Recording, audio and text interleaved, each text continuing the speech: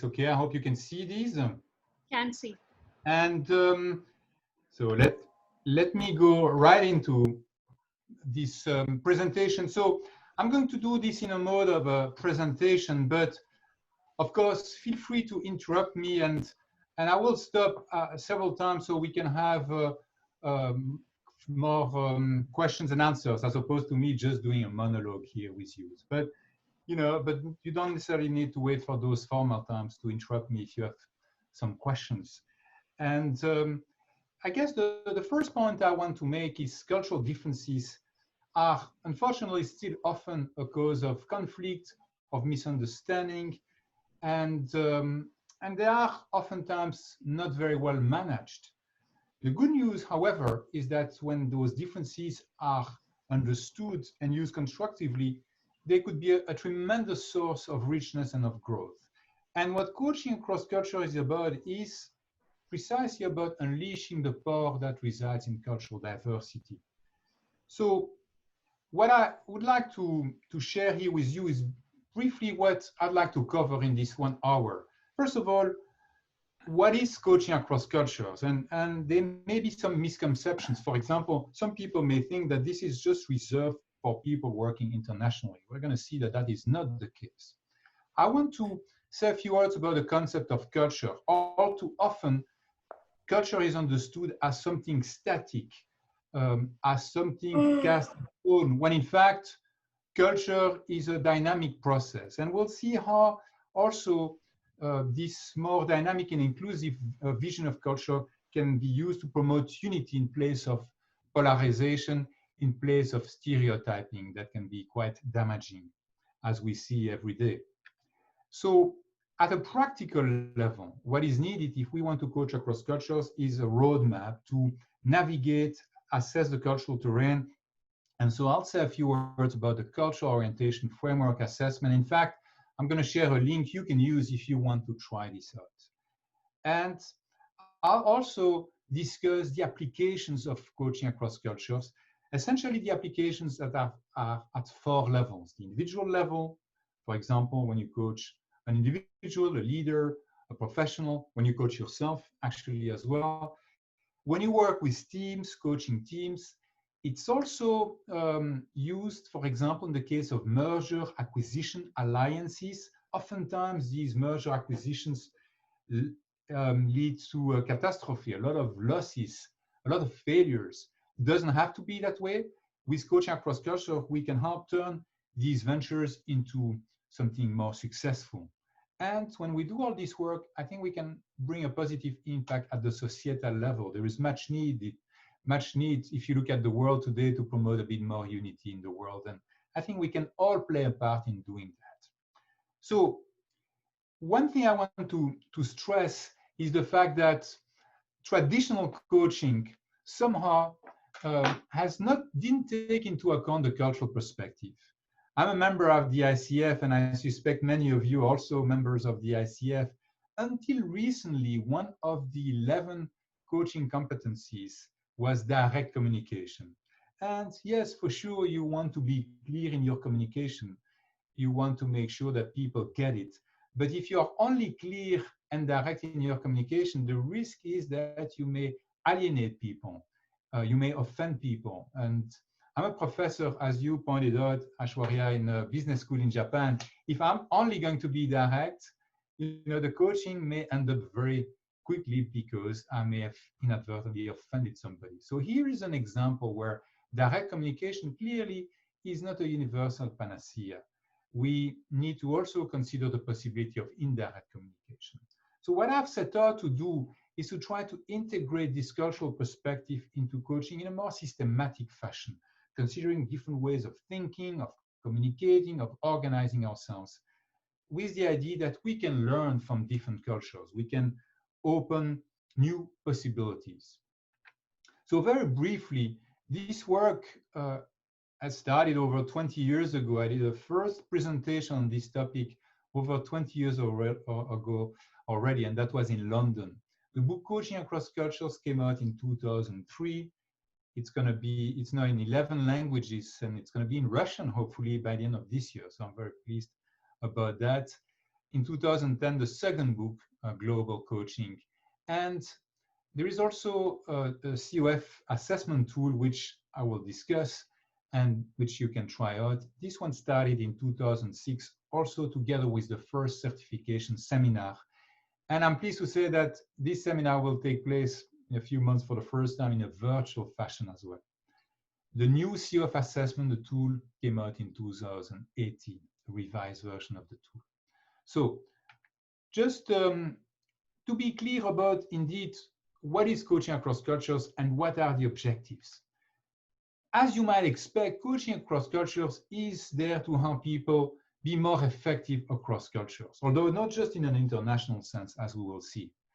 But for me, more fundamentally, intercultural coaching is a more creative and a more complete form of coaching. So it's for everyone, in the sense that it is really an opportunity to challenge our cultural assumptions.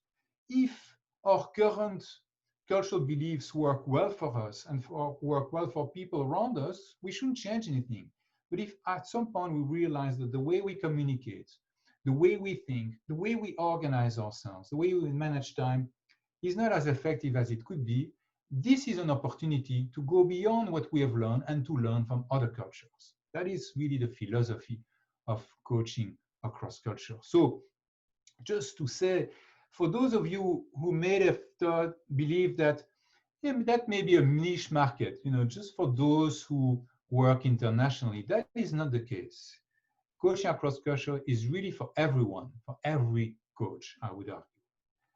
And just very briefly, coaching for me, many of you are coaches or are familiar with coaching. I would define this as the art of facilitating the unleashing of people's potential to reach meaningful and important objectives. So, as you know, coaches, we are not there to just tell people what they need to do. We are there. We assume that people have a lot of potential, but somehow have not been able to access all of that potential. And our role is to help to unleash that potential, essentially through questions, through being simply present, and to help people find out their own answers. So here's a message also I want to convey. When I talk about coaching and coaches, I'm not only referring to professional coaches. For me, leaders, executive managers can also be coaches when they embrace a coaching leadership style. For example, when they ask questions as opposed to just tell people what they need to do. And there may be times where that style is not appropriate, where it's more effective to just simply tell people what they need to do. I'll take that PC container. Urine container. Oh, I thought there was a question. No? We do the urine letter.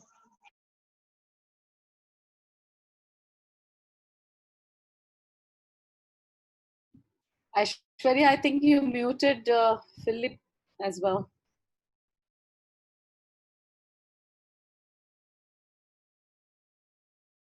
Yeah, Philippe is muted.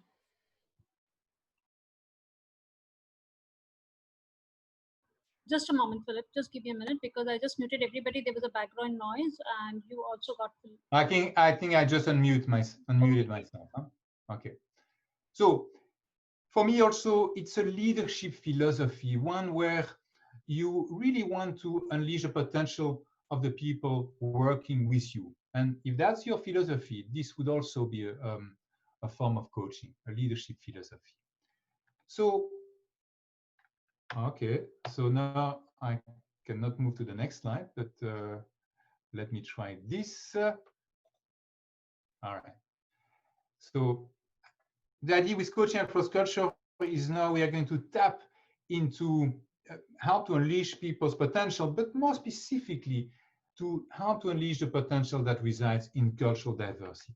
So creativity, I think, maybe to explain what it is, for me, it's at a very pragmatic level. It's really when you're confronted with a challenge that resists the habitual solutions, rather than doing the more of the same, you look for a different approach. And that approach you can learn from a different culture.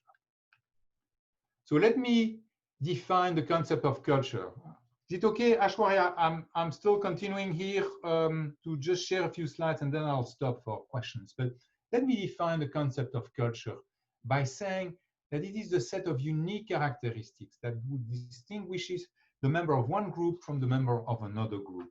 And typically, we are part of several groups at the same time. Sometimes I hear people say, you know, my culture, and they would describe their religion, their nationality, or whatever the case may be. In fact, we all have multiple cultures. We are part of several groups at the same time. You can be from France or from India, but also from a certain generation, working for a certain organization, and so on and so forth. And when we are with a certain group, our behavior tend to be adapted to that particular group. When I'm with some of my friends, we will tease each other in a way that is appropriate in that context, but when I'm in a different context, I may behave differently. So culture is something rather fluid, and it will shift depending on the group we are associated with.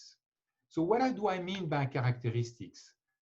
I'm referring here both to the external characteristics, the visible characteristics, for example, the behavior we see, but also the part we don't see, the immersed part, which takes the form of norms, values, and assumptions. Those are classical models. I'm sure many of you are familiar with this. Norm is what is appropriate or inappropriate. Is it appropriate to coach over the internet? Is it appropriate to coach over email, for example? Some of you might say, well, yes, or maybe not. Usually there isn't one absolute answer. It all depends and on what may be effective for that person and for the other person working with him or with her.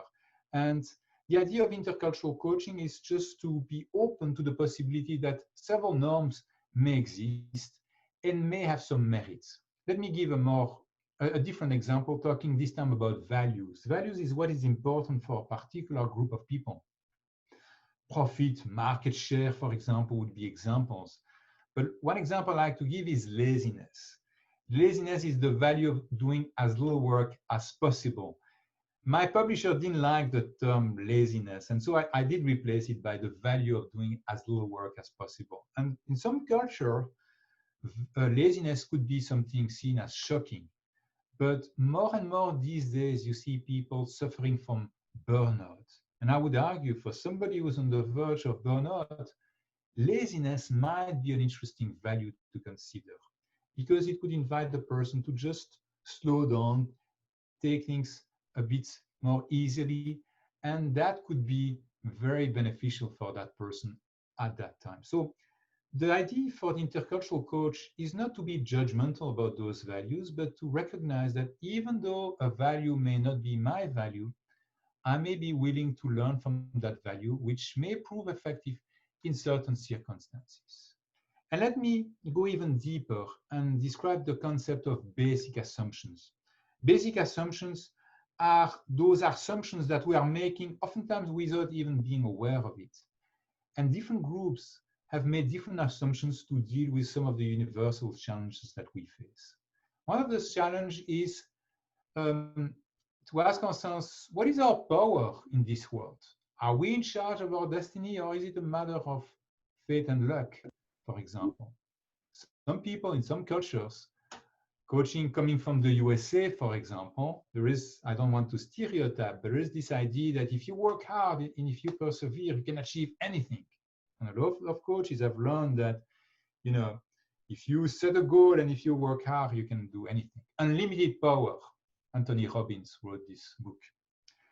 Well, this belief, which we could describe as control, is great in the sense that it may lead us to do amazing things and to succeed against all odds. Because we believe so much that we can do it, that there is a phenomenon called the self-fulfilling prophecy that encourages us to make things happen. And in the end, because we've made all these efforts, success is there.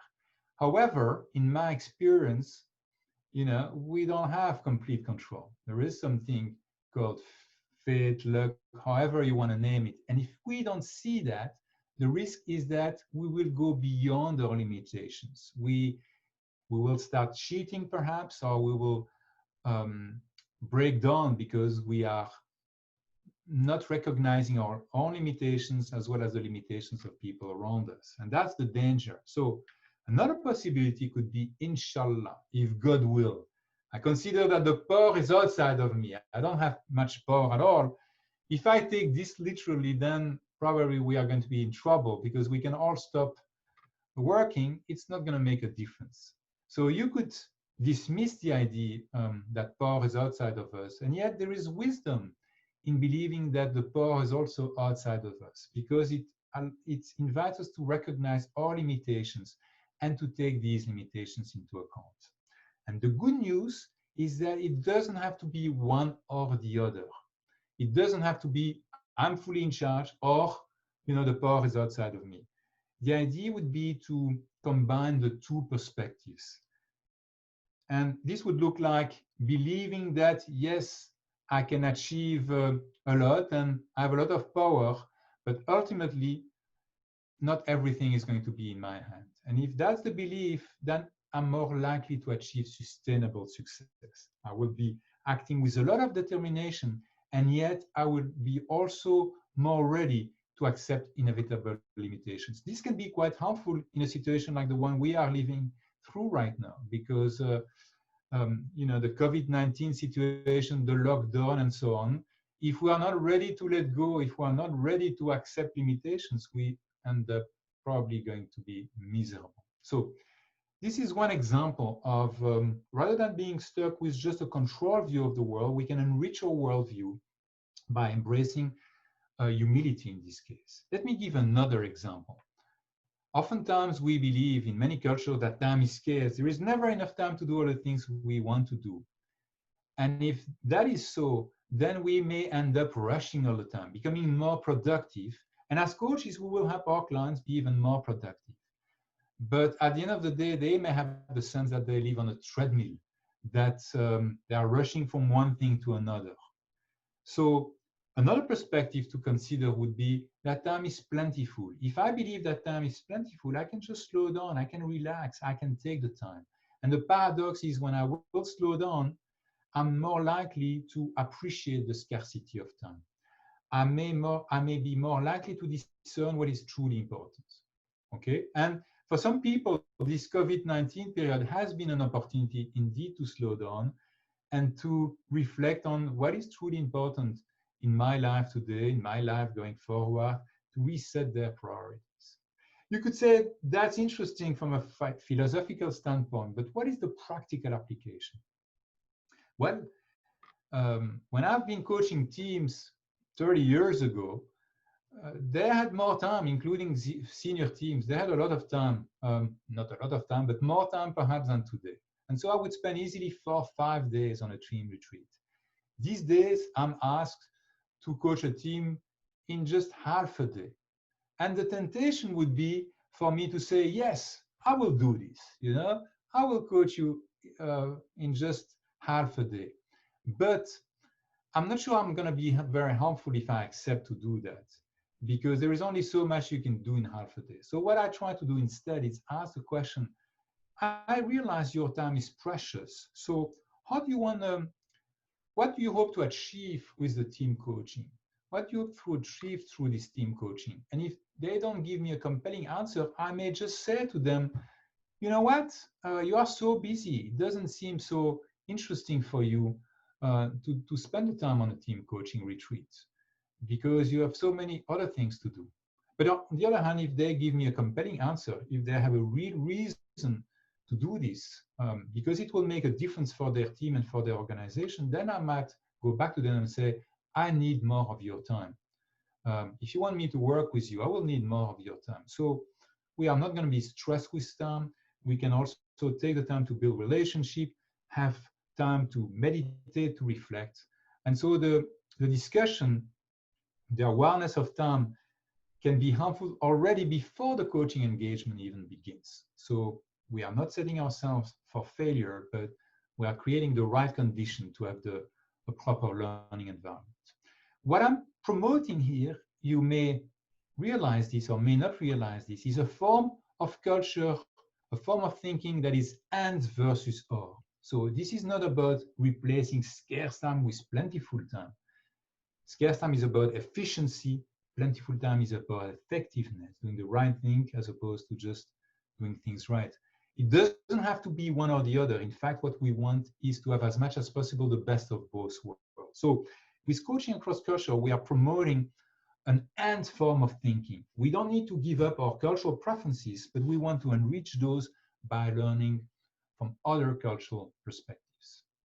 Okay, so maybe one final word before I turn to you for some questions is culture.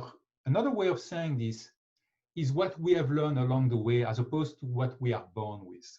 Because when you think about it, what we have learned along the way, typically we have learned from other people, from different groups we have been part of. And so culture really encompasses a very wide part of reality. And that's why I think it's very critical to systematically integrate that into coaching and leadership. So let me stop for a moment because I've been speaking for a few minutes already.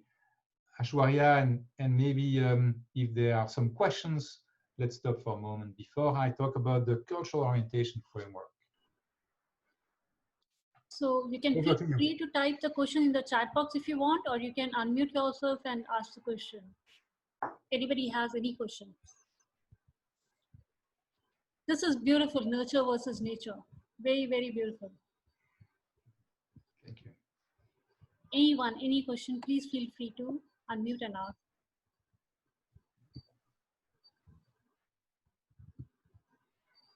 Can I ask a question? Yes, Bala, go ahead. Oh, yes. Thank you. Hello, Philip. Pleased to meet you. Hello, Bala. Hi. Bala is your first name, isn't it? Yes, Bala is my first name. Yes. I'm based in Eindhoven, Netherlands. The question I have is that how does it relate to an organization culture point of view? I can understand from the nurture point of view, from the way in which you've been brought up. I can understand the nature point of view. But how do I relate it to an organization culture point of view where both the things are coming into play and increasing the complexity of it? So what is our coaching intervention or coaching related to that? Okay, so thank you. I'm going to go to that. I haven't spoken about the interventions per se yet. I'm going to discuss the different applications, but what I want to say is part of our influence is indeed the organization we may be a part of. And so there is, we are learning also along the way in the organizations where we work and where we spend part of our lives, actually. So that's one aspect of it. But what are the interventions? Let me go to that. In fact, I want to just briefly describe the COF tool and then discuss the applications if that's okay. So I'll go to that. I was just setting the stage. Thank you. So there's a question from Neha Philip. How can a coach pick up on cultural nuances or unsaid assumptions in the coaching process? All right. Well, let me share the slide I was going to share now. I think we need we need a roadmap, and that's what I want to talk about. In fact, we need a roadmap to navigate the cultural terrain. So what I've tried to do is, because there are so many things, so many characteristics. If you look at the visible characteristics, all the possible values, norm, assumptions, there is so much that we can easily be overwhelmed. So one practical way to navigate the cultural terrain is to focus on salient characteristics, to pick up on salient characteristics, and that would be my answer to that question. The salient characteristics come in the form of cultural orientations. You see the definition here: inclination, think, feel, act in a way that is determined or at least influenced by culture. I gave some examples already: direct versus indirect communication, scarce time versus plentiful time, control versus humility would all be examples of cultural orientations. And the awareness, as Stewart and Bennett suggested, simply this awareness of cultural differences can go a long way, because oftentimes, as they say, the core difficulty in cross-cultural interaction is we feel uneasy, we don't understand each other, but we don't recognize what specifically is different, and that may be creating the challenge or the difficulty we experience. Conversely, if we know the difference, we understand the difference, then it's just a matter of bridging the gaps that we have already identified. So raising awareness, I think, would be the first step.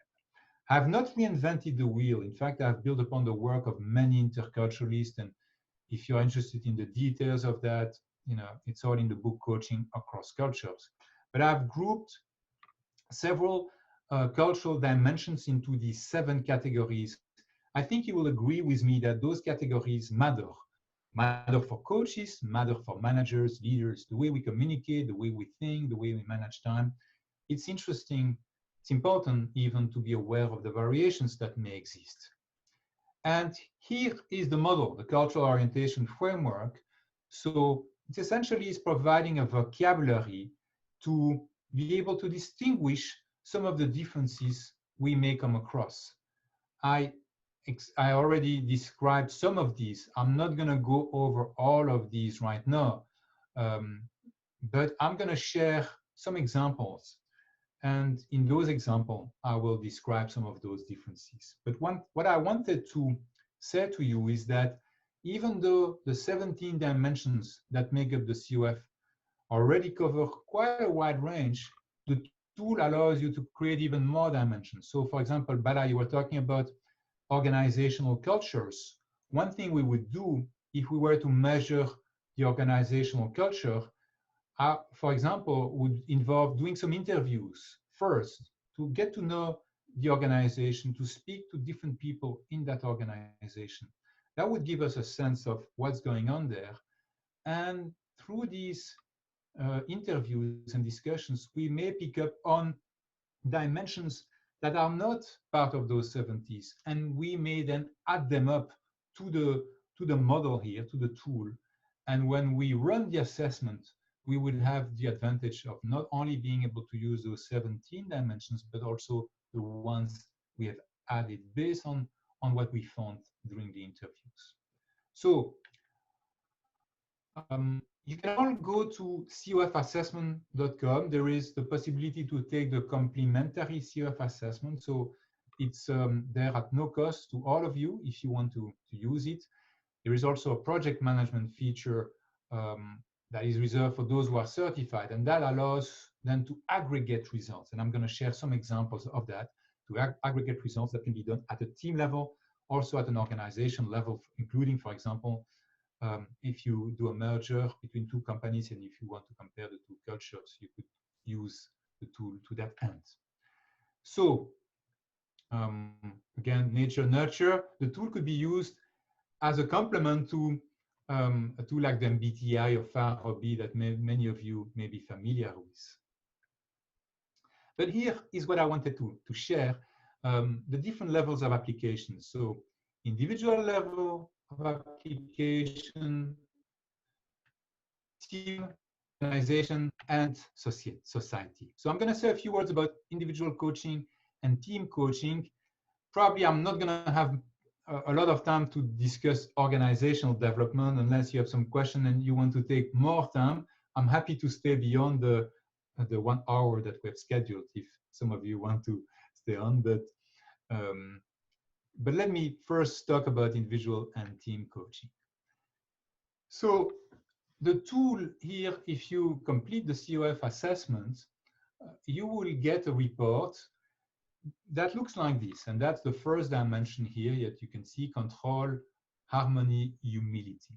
So I'm going to explain this in a moment, but something I want to say, the report doesn't come with specific guidelines and recommendations. So there isn't an algorithm saying, do you have these results, therefore you should do this and this and that. For me, the results are only a starting point for reflection or for a conversation that you can have with a coach. And the richness is not so much in the results per se, but in this reflection and this conversation. All sorts of interpretation can exist, all sorts of possibilities can exist. But if we look at this one, for example, remember I was talking about control versus humility. Control, I believe I'm in charge of my destiny. Humility, I believe the power is outside of me. On the left-hand side, what is measured is your orientation, essentially your belief. So in this case, you could say that probably the person believes he or she is very much in charge of his or her destiny. As opposed to thinking, it's a question of luck and fate. But then you have on the right-hand side, the self-perceived abilities to engage in the various possible orientations. So let me explain. Ability for control would mean, I believe I'm good at making things happen. Actually, regardless of my belief, I believe I'm quite able to make things happen. So I would be good at control. In this case, you see on humility, that person conversely doesn't believe he or she is good at control. That would suggest that the person may have some difficulties to just let go, to accept limitations. I hope you all see this.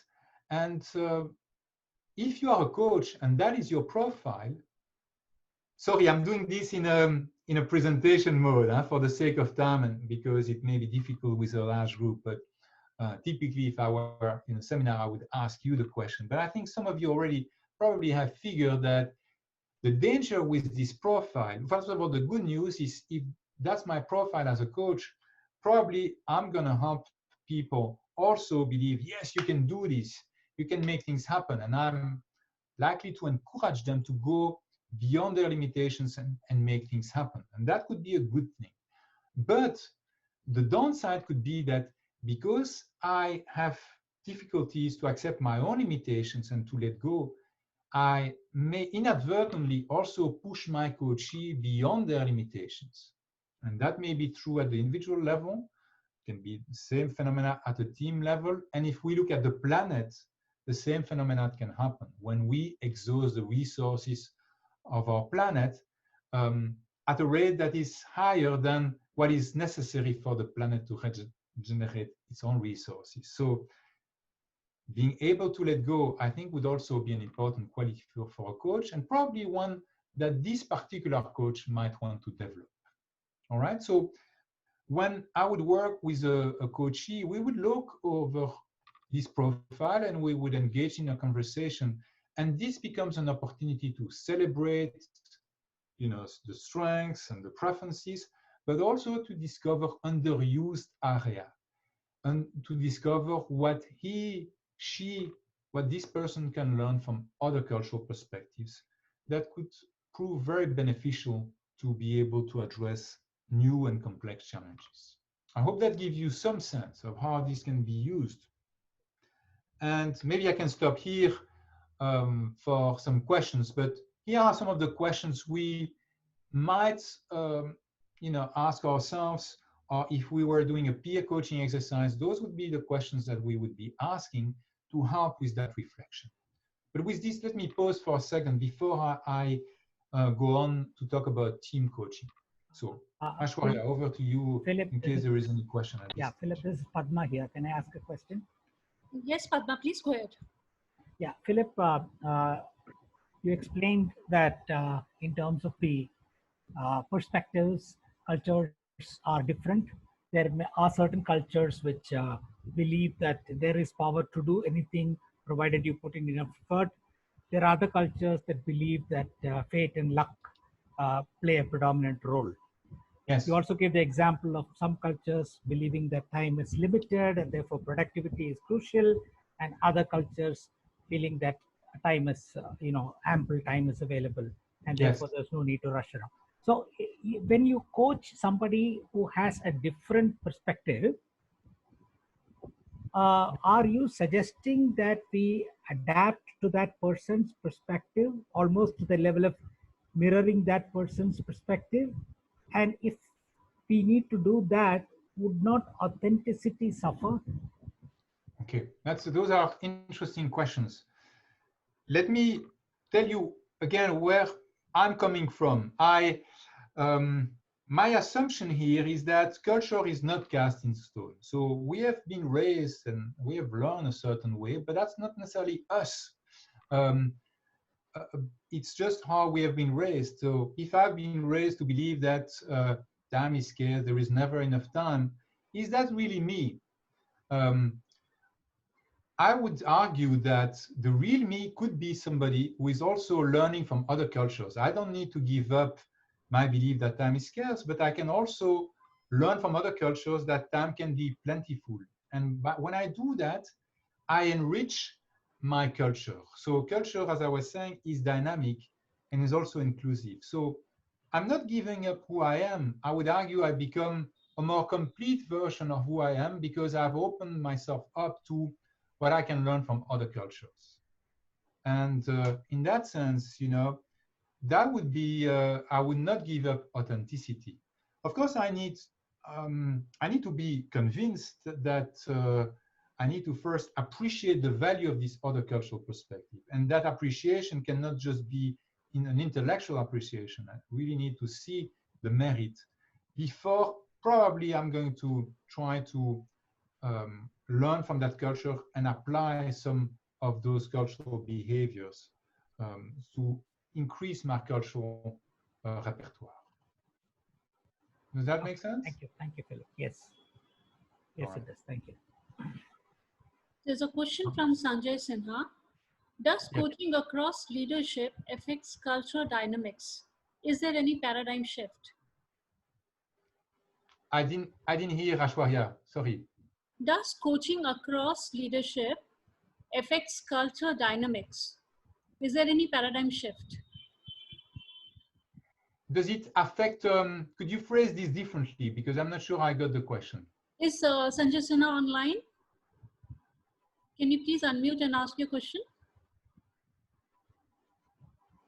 Because I have some ideas of what the question may mean, but I'm not sure. So I'd like to properly answer. Try to properly answer the I question. don't think he's online because Sanjay, are you there online? Because what I understood, yeah, Sanjay. Okay, Sanjay, I see Sanjay. Yes. Hi, Philip. It was nice listening to you and your thoughts. My question was simple. In a company, if you are attending to leadership, the first level of leadership team, Yes.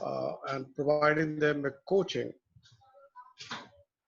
do we think there is likely to be a cultural shift or challenging the status quo of the existing culture?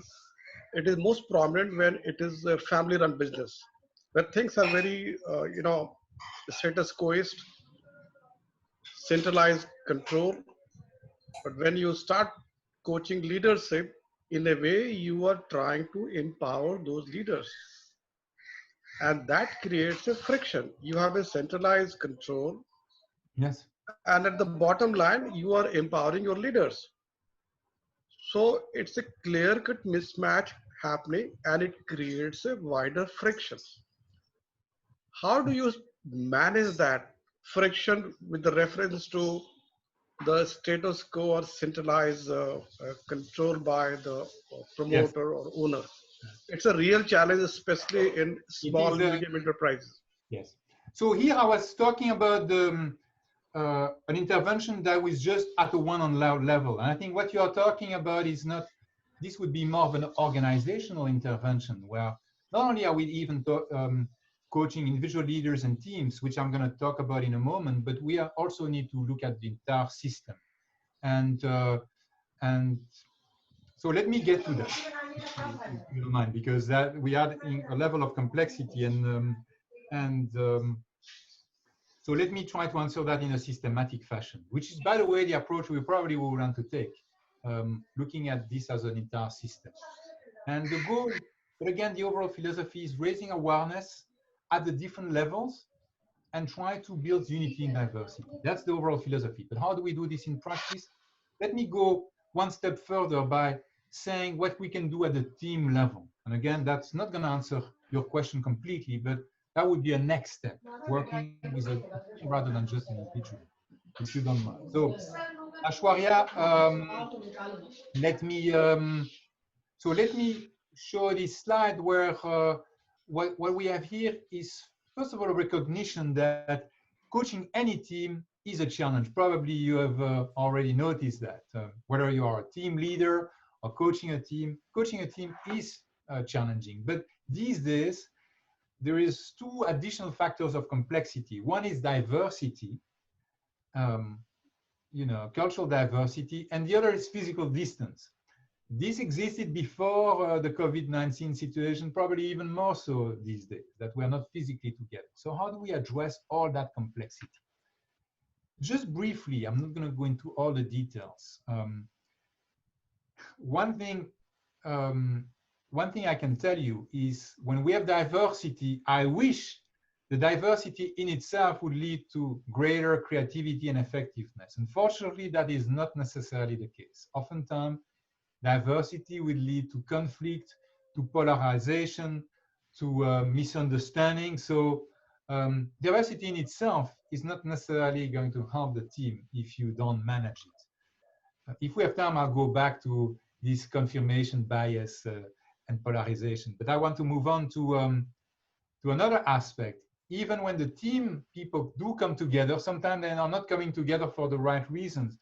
They are just there because they want to conform. They don't dare sharing a different opinion. Sometimes their leaders may have discouraged that. And consequently, you have the phenomenon called groupthink, where there is an impoverishment. You are not tapping into the richness of diversity that exists in the team. So how do you overcome both this pressure to conform as well as the polarization? Well, by cultivating cultural diversity. And this is not just me saying this. This is a research that was done in different universities and that was captured by Cass Sunstein, professor at Harvard University. And his conclusion is that, to build creativity and innovation, you do need to take advantage of diversity, not just external diversity, a diversity of perspectives, cognitive diversity. And you do need to allow a certain form of dissent, not in a destructive way, but some constructive dissent. When you have that, you can promote more creativity and innovation. He doesn't talk about how you do that.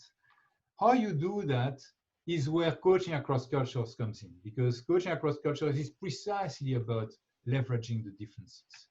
And I would like to share one example so that this can be very concrete. So when I work with teams, what I would do is I would interview the different team members beforehand. I would spend time with the team leader also beforehand, and I would ask the different team members to complete the COF assessment, which gives me and will give them a picture, a histogram of their collective culture, if you'd like.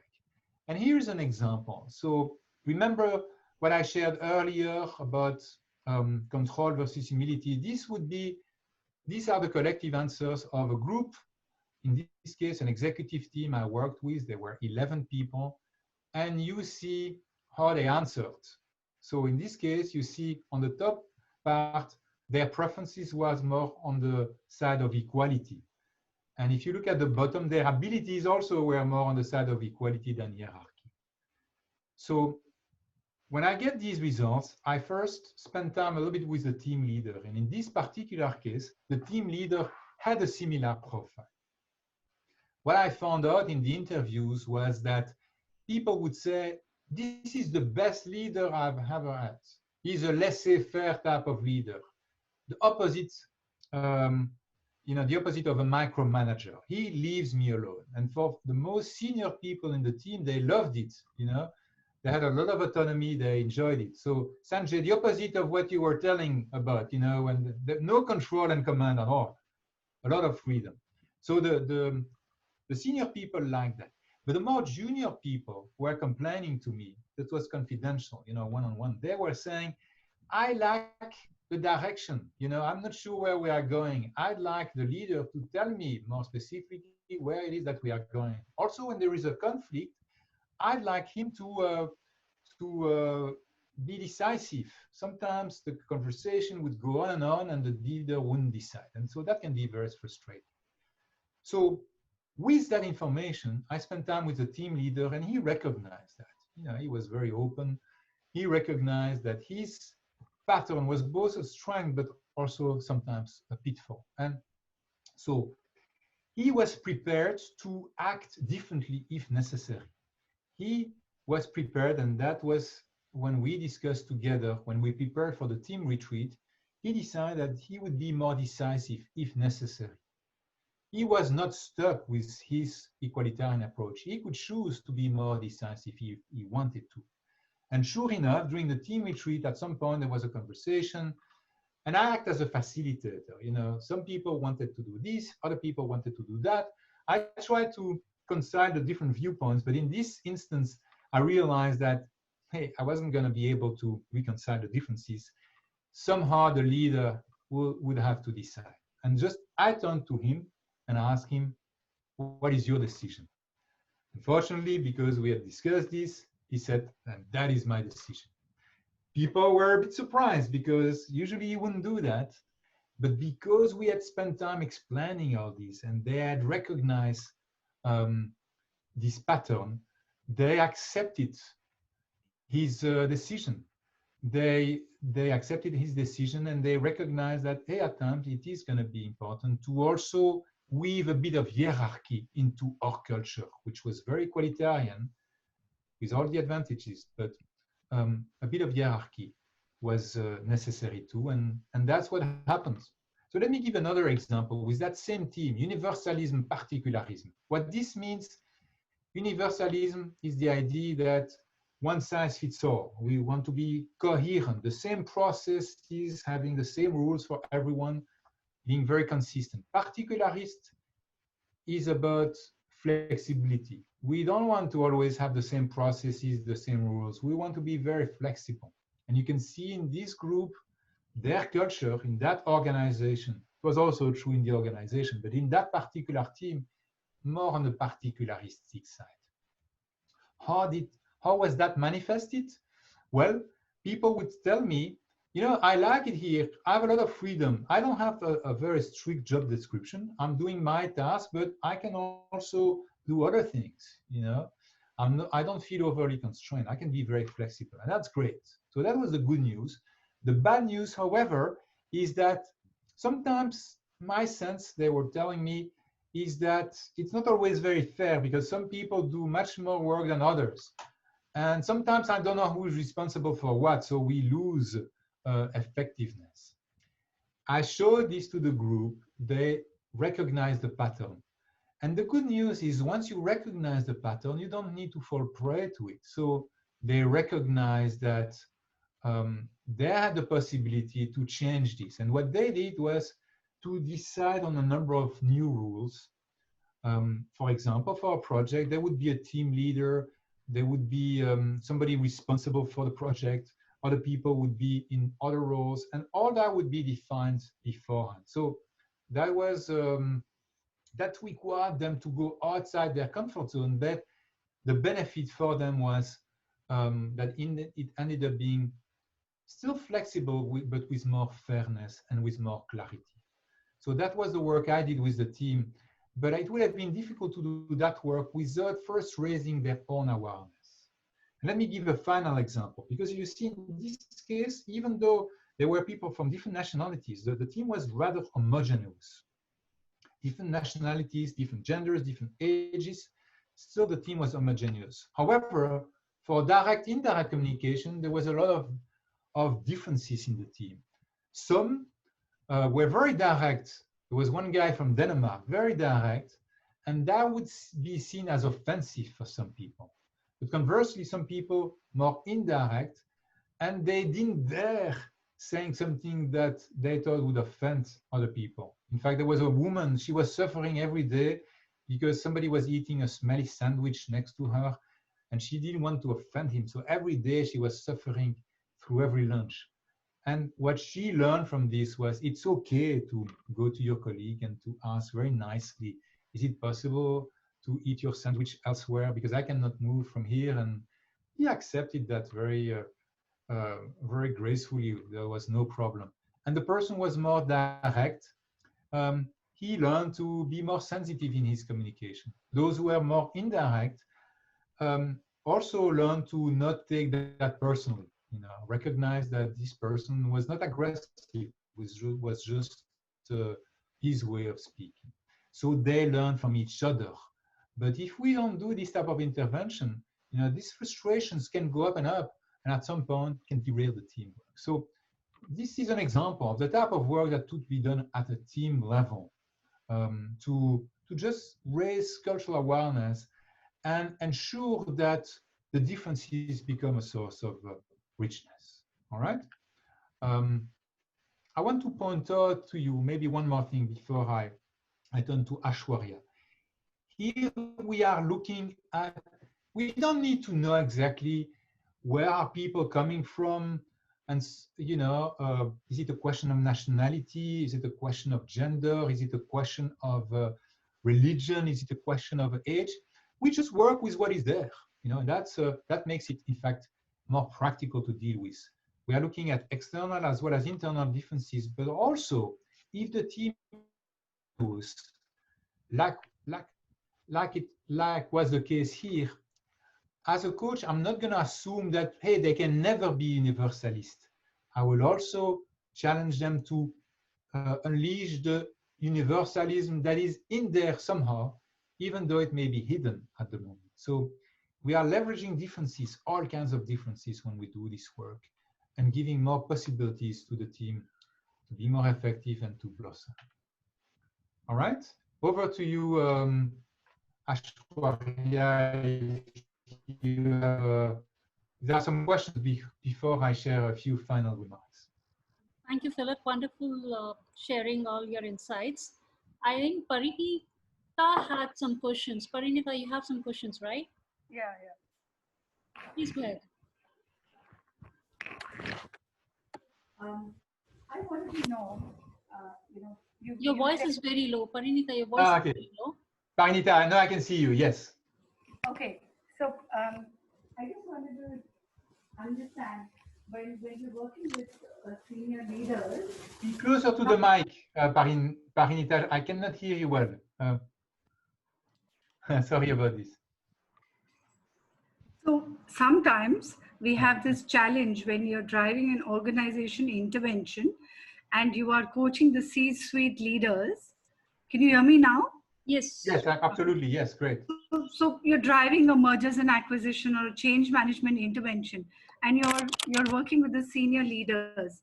But things on the ground level, at the floor, need to do in coaching, so that the two ends can tie up, and whatever effort you've put at the top level, it kind of percolates to the bottom. I've done it, but I'm trying to get a different perspective from your end. I need to ask permission to Aishwarya to, I could talk about the organization level. Do we have a few more minutes for me to do that? How many or minutes you want to finish at the time? How many more minutes would you need? Well, let me see. I have a few slides, and let me just share maybe one that would exemplify. All right. I just want to give an example of something that was done, and feel free to contact me if you want to. Just an example. I received the permission to share this example. Right. Thank you. It's a merger, but it's an alliance, and I will just describe briefly what we did there. So what we did is first of all to understand what is the situation there, and that involves a cultural audit that takes the form of interviews. Right. And we like to have several people doing the interviews, so we have different perspectives. Then we would run the COF assessment by adding some dimensions, tailored cultural dimensions, and then we may end up doing more interviews. And basically every case is going to be different, but it's with this type of approach that we can make specific recommendation. In the case of Aéroport de Paris and Schiphol, the mandate then was to make specific recommendations to the top leaders. And let me briefly show you, they wanted, first of all, to share the differences as well as the similarities. I'm going very quickly just to say that there were more similarities than differences. So we recognize that. Wonderful. But what we said was, in both cases, something can be done.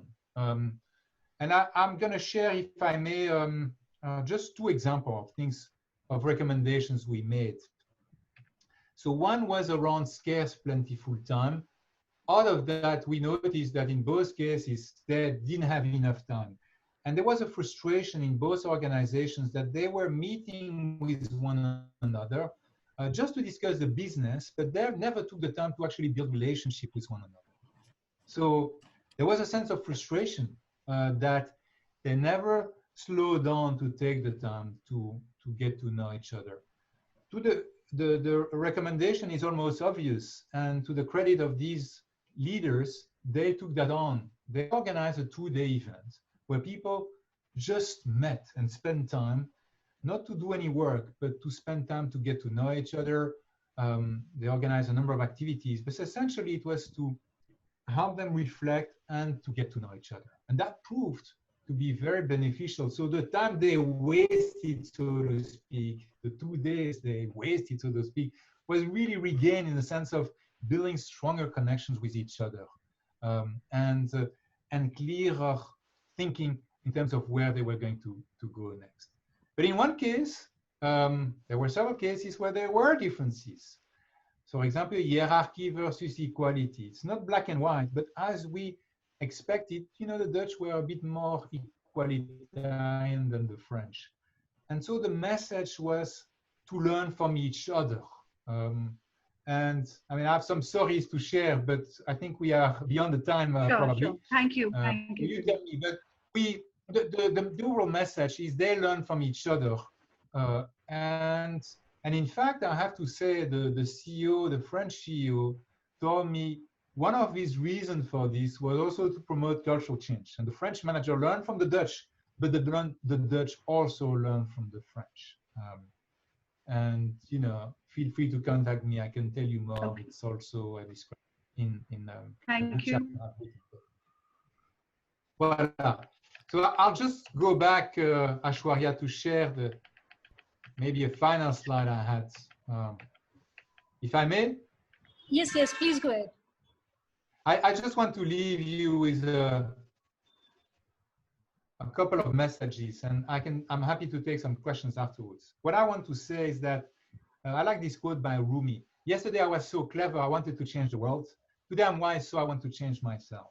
I think as coaches and as leaders, if we want to promote cultural understanding, and if we want to coach across cultures, the place to start is ourselves. You know, being willing to learn from others and expand our cultural horizon. And so that's what I wanted to share with you. And I also want to share my contact information in case, you know, I invite you to connect with me via LinkedIn so we can stay in touch, to try out the COF assessment. There is a Facebook page. So feel free to contact me. That's one of the advantages of meeting you now, and maybe a new relationship can emerge from this. So I want to thank you all for your attention. I want to thank Aishwarya and Coach Transformation for the invitation. And I'm still there if you have some questions, but thank you. So thank you so much, Philippe, for such an insightful session. Very, very insightful to have a look at the tool which can give, you know, which addresses various aspects of what you call cultural differences and, you know, in an organization as well as at personal level. So thank you very much. It was very, very insightful. We had a couple of people asking questions, but we are already overshot on our time. So what I would request people is, if you have any questions, you can just flag it off to me and I will raise it up with Philippe and get back to you on that.